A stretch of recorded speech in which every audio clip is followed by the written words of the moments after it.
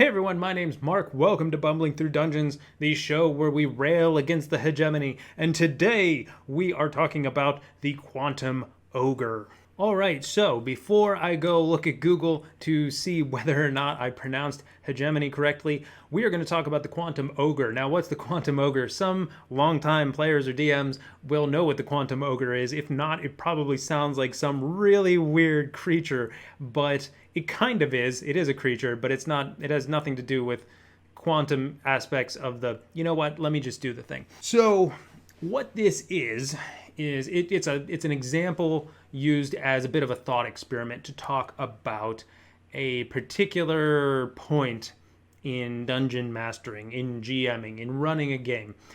And what it is all right, so the party is at point A. They're in the city and they need to get to the other city in the north. And you have an encounter prepared that includes an ogre.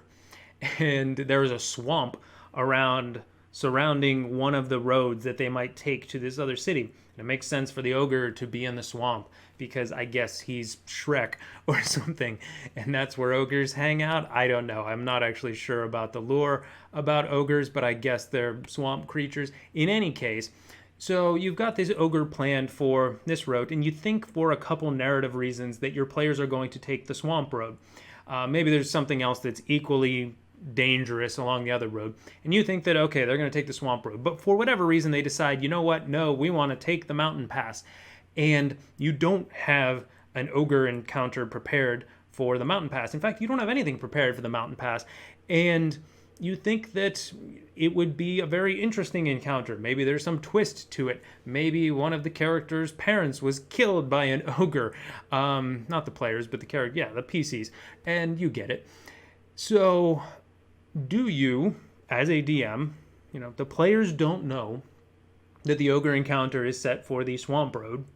Do you, as a DM, take that ogre, move them over to the mountain pass, and have the same encounter, even though you hadn't originally planned it? Now, this is a pretty benign example, because the ogre encounter, the way I'm framing it at least, is pretty much a random encounter. It doesn't sound like it has too much narrative purpose. So whether or not it happens, and whether or not it happens in the mountains or in the swamp, probably doesn't make a whole lot of difference to the overall arc of your campaign and the overall enjoyment of your campaign. But where this question becomes a bit trickier is when you start to apply it to other areas. Like, does the villain show up at a certain place? Do they know a certain thing? So these quantum states where it exists as either A or B as you wish it, and then becomes either A or B depending on what's going to be more useful to you or what the players decide.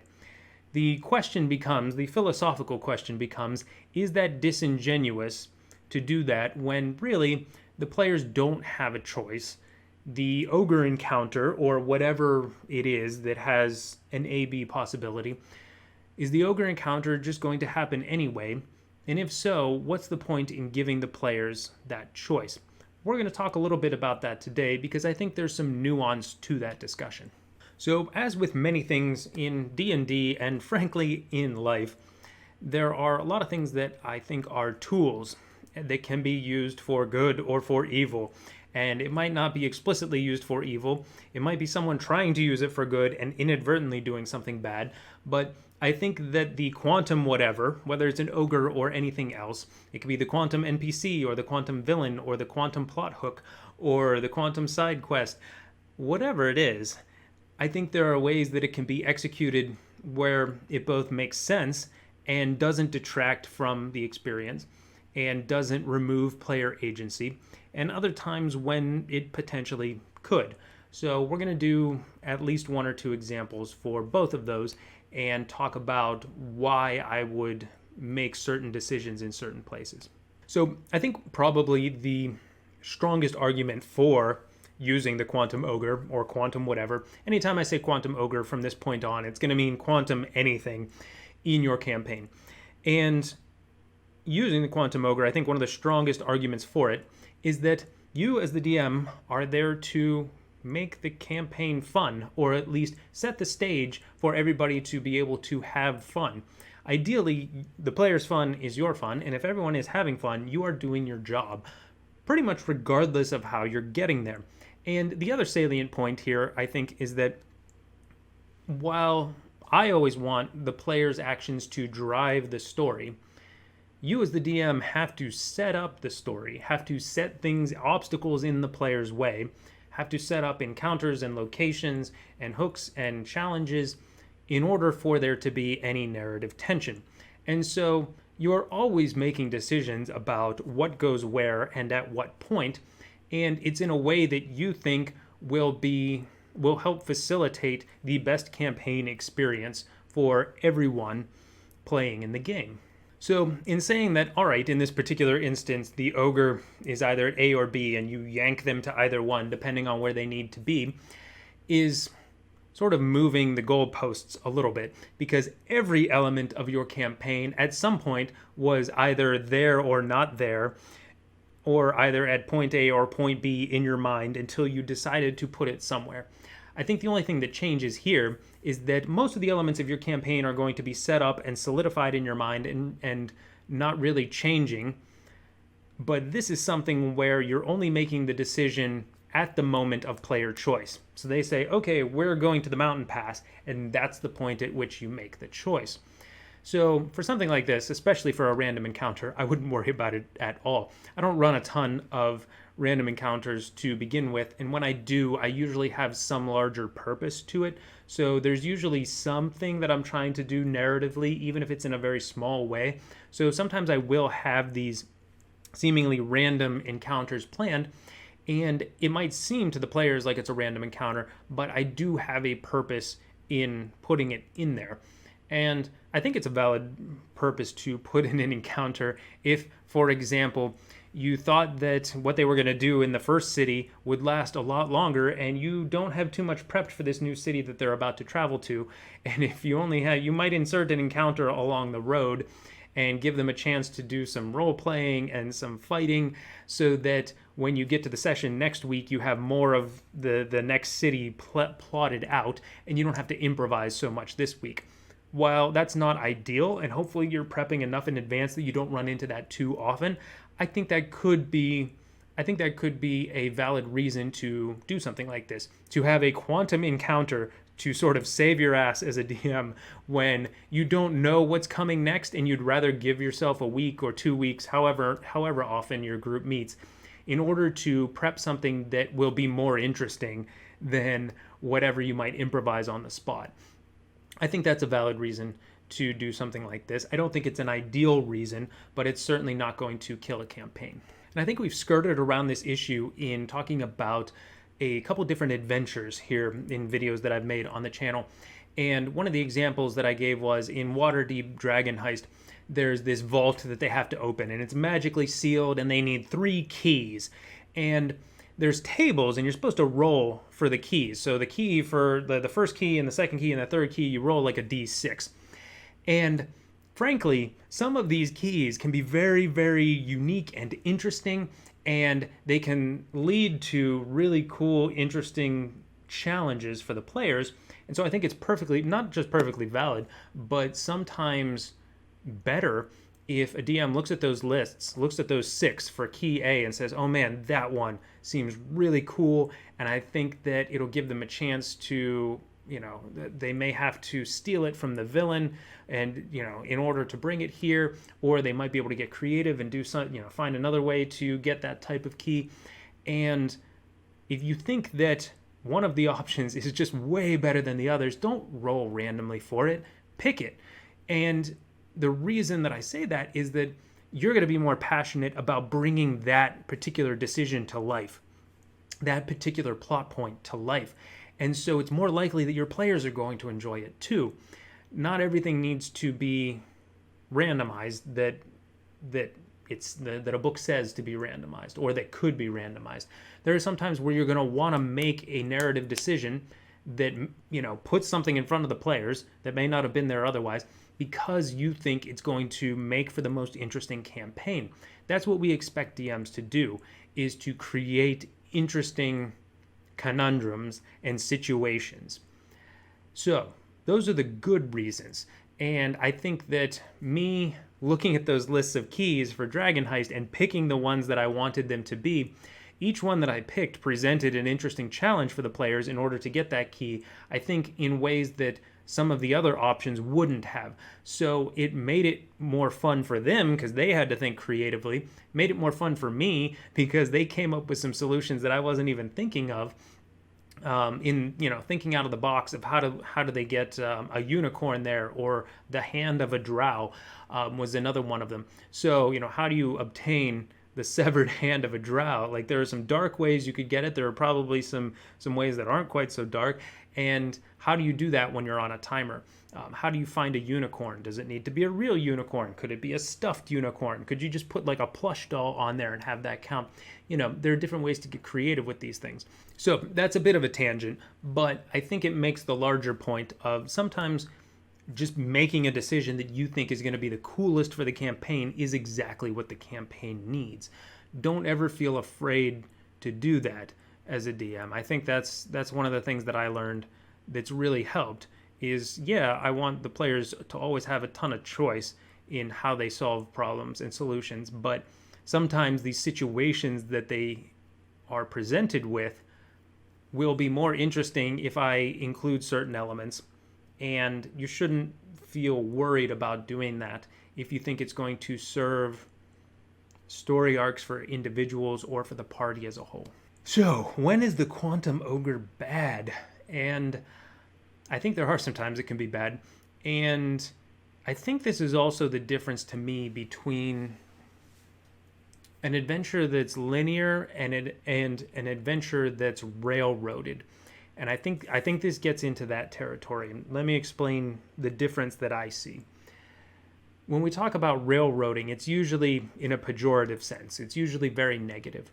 And the times where I felt like I railroaded my players, where I forced them into a particular decision, I never felt good about it. And fortunately, it's happened very few times. And each time I made note of it and I said, okay, how can I avoid this in the future? But where it happened was at the very individual decision level, not at the campaign level. If you're making you're going to have to make decisions at the campaign level and the story arc level and the adventure level. What I mean by that is, what is along the road that they're traveling? Okay, that's your decision as a DM. And maybe you roll randomly for it. That's valid. Maybe you have a particular encounter and it's only for the swamp, and that's fine too. But maybe you have a particular encounter and it's going to happen regardless of which road they take, and I think that's fine too. But where it gets bad is when you zoom in to an individual player's decision and you don't allow it. Where you say, okay, the villain is going to escape. So this is another quantum situation. Maybe the players are really clever and they kill or nearly kill the boss. But you want the boss to live. And this is a quantum situation where you could just say, oh, they've got 10 more hit points. And lo and behold, they get their teleport spell off and they get away. At that point, you have undermined the creativity of the players and their tenacity in being able to take the boss out before you expected them to. So that's the point at which it's on you as a DM to come up with a different solution that involves your boss dying at the hands of the players. And I think that's a classic example, so that's why I use that one, where like, oh, the villain just got away. And you know what? I've had villains get away. But when the villain gets away, it's because they legitimately have only a few hit points left. If they ever get taken down to 0 and I'm expecting them to get away and become a recurring villain and be part of schemes later on and things like that, I'm going to reward the players for doing a good job in taking out that villain at that point before I thought their use was done. So whatever comes next, I have to react to that reality as a DM. I have to decide what happens in the campaign and how I pivot in a way that's still going to be interesting. But for me to say, oh, you guys did a great job, but you know what, the boss just got away, that feels disingenuous to me. And I'm laughing internally because just last week I ran a session and the boss teleported away with 8 hit points. So they did everything else they needed to, and it was just a one shot, but they did everything else they needed to, and they did a really nice job with their combat tactics as well. But the villain, a corrupt circus leader, had the dimension door spell, and that was her sort of escape route. And with 8 points left, 8 hit points, she was able to get that spell off and essentially disappear. And so it may have felt a little bit like I was pulling the rug out from under them, but I was being honest and truthful with the spells she had left, the hit points she had left, how much damage she had taken, all of that. And so if she had died, well, then she would have died, and that would have been that. But now she is out there in the world, and my players do know about her, and so maybe she will come back at some point as a recurring villain, and that could be fun too. But these are those quantum moments where you can make one decision or another. The players aren't really going to know the difference, but I think the difference is in how honest you are. And over the course of a long period of time, I think most players are going to be able to tell whether or not you're being honest with them and being honest with yourself about the decisions you're making over the course of a campaign. And if it ever undermines an individual decision of a player, then I'm probably not going to do it. I'm certainly not going to do it, because that's where I want the player agency to be absolute. But, again, is the ogre on one road? Is it on another? Is this really interesting encounter, to take it out of the abstract of calling it an ogre, is this really interesting encounter that I have planned here, or do I hold on to it and run it some point in the future in the campaign when it might make sense? Again, any of those are a valid decision. And so there are a lot of quantum elements that I think can work really well, because if you think they're interesting, if you have taken the time and the passion to create them and prepare them, and you're excited to run them, then they could probably work in a variety of different places within a campaign, and it's going to be really fun. And I think the only time that those preset plans won't be fun and won't work is when you are invalidating the choice of a player. And that, again, is what I mean when I talk about the difference between linear adventures and linear campaigns and linear one-shots, whatever it is, and ones that are railroaded. So linear is fine. That just means that, okay, here's point A, here's point B and C, and we're going to go along this road, and things might happen, but we'll deal with it. But how the players deal with it is their own choice to make. And that's where, if you're taking that away from them, then that's where it gets to be railroady, and that's where the quantum elements become onerous to me. So hopefully that's clear. I think that's clear. It makes sense to me, but then again, I'm just talking to myself right now. So hopefully it makes sense to you out there. If it doesn't, let me know. Give me an angry rant in the comments. That would make my day, actually. But hopefully you got some interesting ideas for when you may or may not want to use quantum elements in your campaign, whether it's sci-fi quantum or the regular kind of quantum that we're talking about here. I'm going to stop saying quantum, because it is losing all meaning for me. I did that in 2 videos in a row. Last video, it was dungeon. This video, it's quantum. Boy, I am getting stuck on certain words. Obviously, I've run out of stuff to talk about. So I'm going to end this video and bid you adieu and well wishes until the next one. But until then, take care.